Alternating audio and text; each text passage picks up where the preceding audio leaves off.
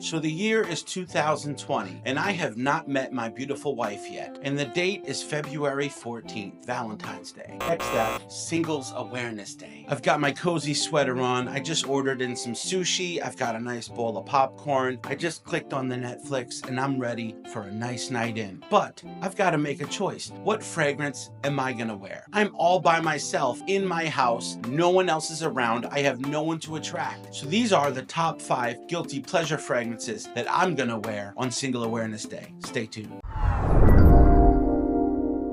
All right, so it is Love Week on AFSOM. Today's theme is going to be for all you singles out there that really don't have anyone to spend Valentine's Day with. I did not want to leave you guys out of the picture, so this video is going to be about 5 fragrances we wear for ourselves. And these are my choices. These are more challenging scent DNA, so they absolutely aren't going to be for everyone. These are the ones that I love to wear, so I wanted to share them with you. So my first choice is this cute little teddy bear. This is Moschino Toy Boy. Now this is a very interesting one from Moschino because this is not one that seems to fit too much with the aesthetic. You've got this little teddy bear with a decapitated head. Now honestly, this is not what I expected when I bought this fragrance.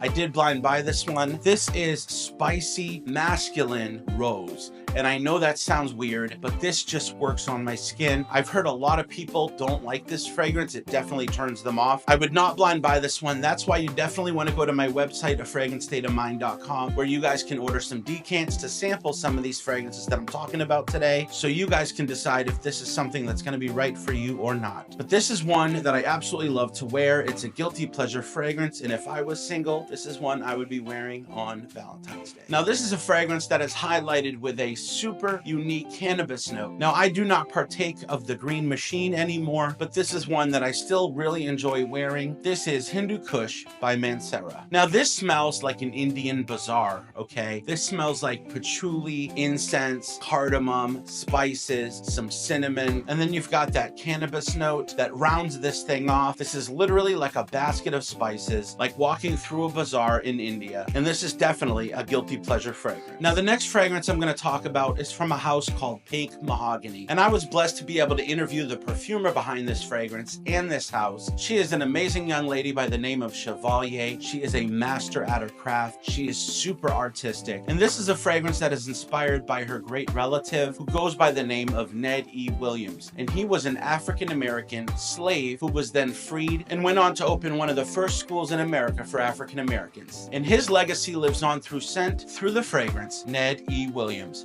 by Pink Mahogany. Now, one thing she tried to do with this fragrance, being inspired by Ned, is she tried to encapsulate his educator vibe, meaning capturing the scent of old books that are leather bound, that are sort of like sitting next to ink felt pens, and you've got that kind of rustic, dusty vibe of an old schoolhouse. You can smell the paper. You can smell that strong leather bound book note. You can smell the ink. You can smell all of that. And that's what this fragrance is. This is an absolute fragrance journey, and I love this one. This is incredibly potent. This is not one that I would suggest wearing on an intimate night out, but if you're sitting home alone on Valentine's Day, this is absolutely a guilty pleasure fragrance that I will wear when it's just me cozied up on the couch. Now, this next fragrance is a very affordable niche fragrance from the house of Lalique, and this is Encre Noir. Now, the thing about Encre Noir is this sort of invokes the scent of being out in the woods, being amidst the trees. You've got the wet wood, you've got that dirty, mossy earth, and that's what this really reminds me of, sort of like being in the forest in the rain,